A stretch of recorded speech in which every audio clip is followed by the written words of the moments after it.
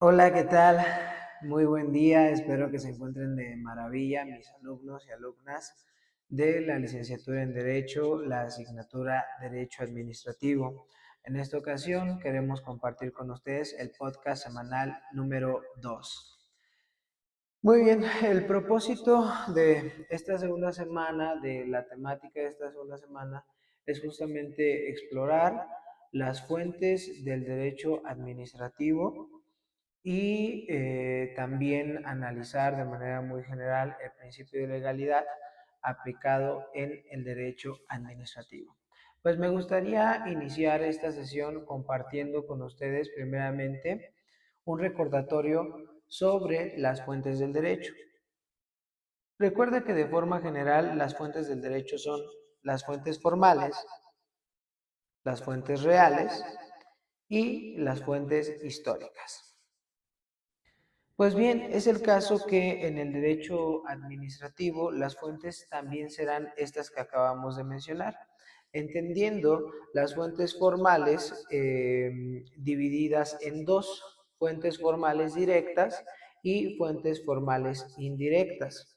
Las fuentes formales directas del derecho administrativo serían la Constitución Política de los Estados Unidos Mexicanos, las leyes federales y las leyes estatales, los reglamentos y también los tratados internacionales. Las fuentes formales indirectas del derecho administrativo serían la jurisprudencia y la costumbre. Podemos entender y regresando al concepto de las fuentes materiales, también conocidas como fuentes reales, pues podemos ver que es ese aspecto material o real del poder donde a través de un fenómeno político, social o económico encontramos una presión o encontramos una brecha en el Estado para que se reforme, se abrogue, se derogue o bien se cree una nueva ley o algo relativo a la parte regulatoria en el aspecto jurídico, ¿no? Es esa fuerza, insisto, económica, político, social que obliga al Estado a transformar el derecho nacional. Un ejemplo de esto en derecho administrativo pudiese ser la Ley 3 de 3, que propiamente no es una ley, sino es una reforma a la Ley General de Responsabilidades Administrativas de los Servidores Públicos, donde pues todo esto surge desde una iniciativa ciudadana, IMCO, y es todo un fenómeno, toda una lucha contra los actos de corrupción e impunidad, y se logra esta reforma 3 de 3, donde los servidores públicos pues tienen una obligación administrativa sobre una declaración patrimonial cada mayo de cada año y son declaraciones iniciales durante el ejercicio y también las de salida o las declaraciones finales. Este pudiese ser algún ejemplo de esa fuerza política, social y económica que obliga o que orilla al Estado a realizar una transformación en materia de derecho administrativo, entre muchas otras. Si nos vamos a las fuentes históricas, pues bueno, igual recordando lo que son las fuentes históricas, podemos ver cómo en materia administrativa podemos palpar y podemos ver de manera histórica y de manera descriptiva toda la transformación que tiene y que ha tenido la administración pública federal. Desde la Constitución de 1917, cómo se empezaron a manejar todos los departamentos, que en un principio eran propiamente departamentos, luego se transforman en secretarías y muchas leyes que anteceden a estas que nosotros tenemos, o bien muchos textos que ya no están vigentes, pero que son obviamente un parteaguas para esta nueva legislación administrativa que tenemos, pues bueno, insisto, bastará con ver por revolución. Sé que antes tenemos igual algunos datos, pero bastará con ver por revolución toda la transformación, la invención de secretarías, la transformación de secretarías, le quitamos competencia, le ponemos competencia, inventamos otro ente, decretos, circulares en cuestiones administrativas y del Ejecutivo Federal. Y pues repito, pudiésemos ver una antología del Instituto de Investigaciones Históricas de la UNAM, donde vemos en este repertorio pues todas las partes administrativas, leyes y decretos que post-revolución al 2000-2005 se han observado. Entonces, pues bueno, estas también serían nuestras fuentes en materia administrativa. Aquí yo creo que lo novedoso serían las fuentes formales. ¿Por qué las fuentes formales directas y por qué las fuentes formales indirectas? Quedamos que las fuentes formales directas son la Constitución, las leyes federales y estatales, los propios reglamentos y tratados internacionales si hay lugar, sobre todo en tratados internacionales en materia comercial. Podemos ver ahí de manera periférica pues muchas cuestiones administrativas de otros estados y propiamente de nuestros estados. Podemos ver también tratados internacionales en cuestión de derechos humanos, que justo ahí es donde se deriva la parte del principio de legalidad, que ahorita en un momento más vamos a examinar.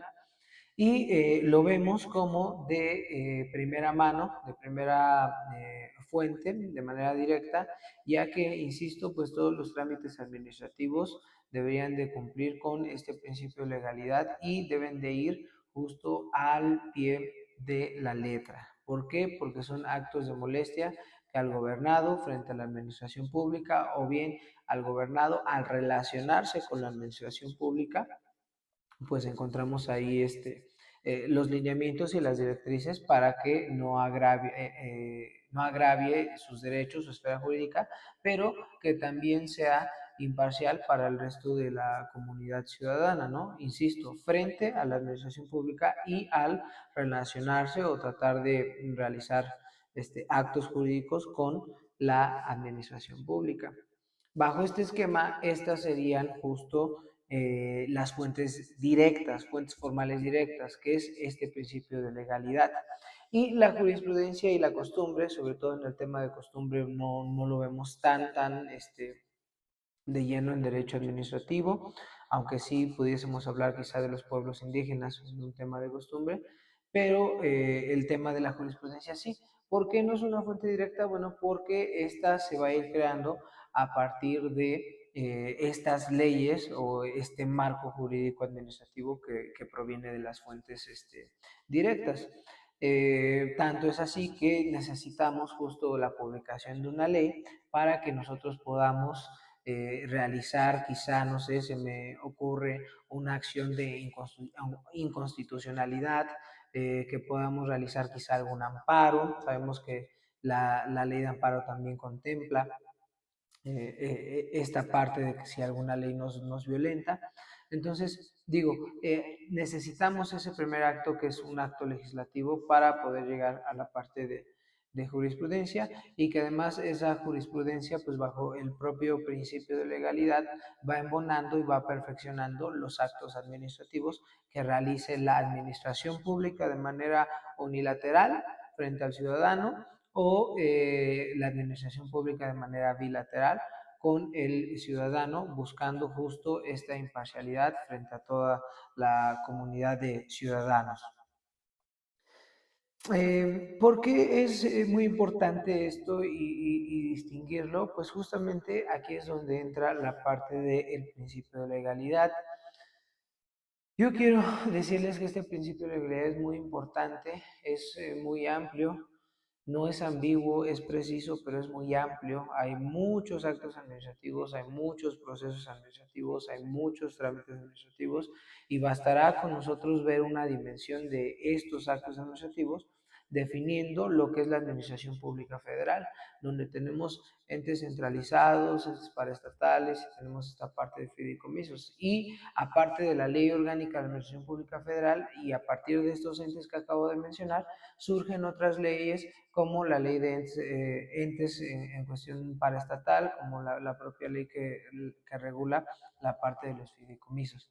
Entonces, vean e imagínense todos los actos administrativos que podemos tener y ahí es donde, pues obviamente el abogado que se dedica en el derecho corporativo, el abogado que se dedica a la defensa de servidores públicos en contiendas administrativas, el abogado que se dedica a un asesoramiento auditorías en cuestiones administrativas, capacitaciones, el académico, pues bueno, debemos de ver que estas precisiones traen un eje rector, que es la Ley Federal de Procedimientos Administrativos, artículo tercero, donde me da los requisitos esenciales del acto administrativo, y a partir de ahí, pues dime en qué materia, en qué parte de la administración nos encontramos para poder seguir perfeccionando cada acto administrativo. Es en materia ambiental, vámonos con la EGEPA, vámonos con sus reglamentos. En materia fiscal, pues bueno, igual el marco jurídico del derecho fiscal, ¿no? Código Fiscal de la Federación, los reglamentos, ley de IVA, de ICR, de IEPS, los reglamentos propios, misceláneas fiscales, que también se desprenden una cuestión administrativa. Si nos vamos ahora al monstruo de la industria, nos vamos a cualquier empresa que se dedique también a la fabricación y a la producción, pues ahí entraría lo que antes era la ley de metrología y normalización y lo que ahora es la ley de industria y calidad, la LIC, y vemos cómo esta ley pues da facultad a las NOMS, que las NOMS igual son estas directrices técnicas de ciertos procedimientos. Y estas NOM dan cabida a que las secretarías justamente puedan realizar actos administrativos a partir del cumplimiento de estas normas o de incluso cuestiones internacionales como es el famosísimo ISO 9000, y ahí es donde el particular y el Estado se relacionan justamente, insisto, de manera unilateral, la administración frente al ciudadano, o de manera bilateral, quizá una concesión, quizá algún acuerdo que quiera yo llegar con alguna dependencia de gobierno, porque yo soy proveedor, por mencionar. Y todos estos actos, según sea el caso, que ahí está la magnitud, deben de cumplir con el principio de legalidad. ¿Por qué? Número uno, porque el derecho administrativo también tiene un aspecto sancionador y obviamente estas sanciones deben de ser proporcionales, deben de ser justas, deben de ser legales, el principio de legalidad, deben de acercarse a ello. Y en dado caso de no ser así, ahí entra otra esfera muy importante que es el derecho procesal administrativo o defensa de derecho administrativo, y encontramos pues incluso medios de impugnación administrativos, medios de impugnación o mejor dicho ya procedimientos judiciales en un ámbito jurisdiccional. ¿Y qué es lo que se va a debatir justamente de ello? Pues esta legalidad principalmente.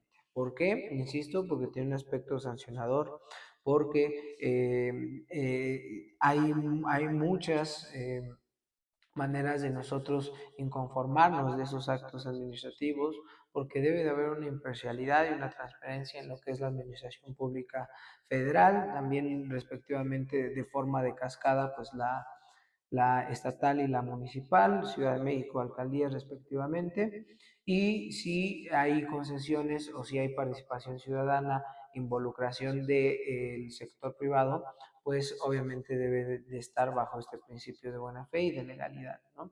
Y por otra parte, ya que los actos administrativos, claro que también pueden ser violatorios de derechos humanos, y obviamente México forma parte, pues, de todas estas convenciones y estos tratados internacionales alusivos a los derechos humanos, y por ende, pues el derecho administrativo no está exento de cumplir con el Estado de Derecho o el rigor del Estado de Derecho.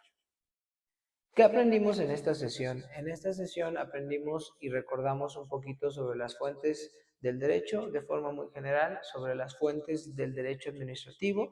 La única característica que cambia es justamente fuentes formales directas, fuentes formales indirectas, que ya agotamos en este episodio. Y hablamos también del principio de legalidad y la importancia, ya que tiene varios matices, el derecho administrativo, como los que mencionamos, defensa, especie sancionador, actos unilaterales y bilaterales con la ciudadanía, y incluso pues un involucramiento en la parte de derechos humanos para el tema justo de otorgar o no otorgar ciertos permisos, ciertas certificaciones, ciertas normalizaciones o evaluaciones, sobre todo en el tema industrial, pero no limitando solo al tema industrial, sino más allá, frente a la ciudadanía. También tenemos actos administrativos muy comunes con la administración municipal, estatal y federal, obviamente debe de estar bajo un Estado de Derecho, bajo un principio de legalidad. Y bien, pues quizá en un acto administrativo bilateral, donde hay una especie de convenio, hay una especie de interés de un acto jurídico frente al ciudadano y la administración pública. Llámese como se llame, ese acto jurídico, ¿no? Entonces, es importante por todos estos rubros que siempre se conduzca bajo un principio de legalidad. Siempre estar fundado y motivado. Les recomiendo mucho leer el artículo tercero de la Ley Federal de Procedimientos Administrativos, ya que vienen parte de sus requisitos esenciales del acto administrativo. Y bueno, recordarte que esta semana tenemos sesión online. Por favor, chequen en la parte de contenido, ya está enlace. Es el jueves 3 de octubre de 2024 a las 6 de la tarde. Estoy muy emocionado y muy contento de poder conocerlos de manera telepresencial. Y pues bueno, sin mayor preámbulo, recuerda que estoy para servirte por medio de la plataforma. Cualquier duda, cualquier inquietud o simplemente comentario, siempre voy a estar a tus órdenes. Nos vemos hasta la próxima.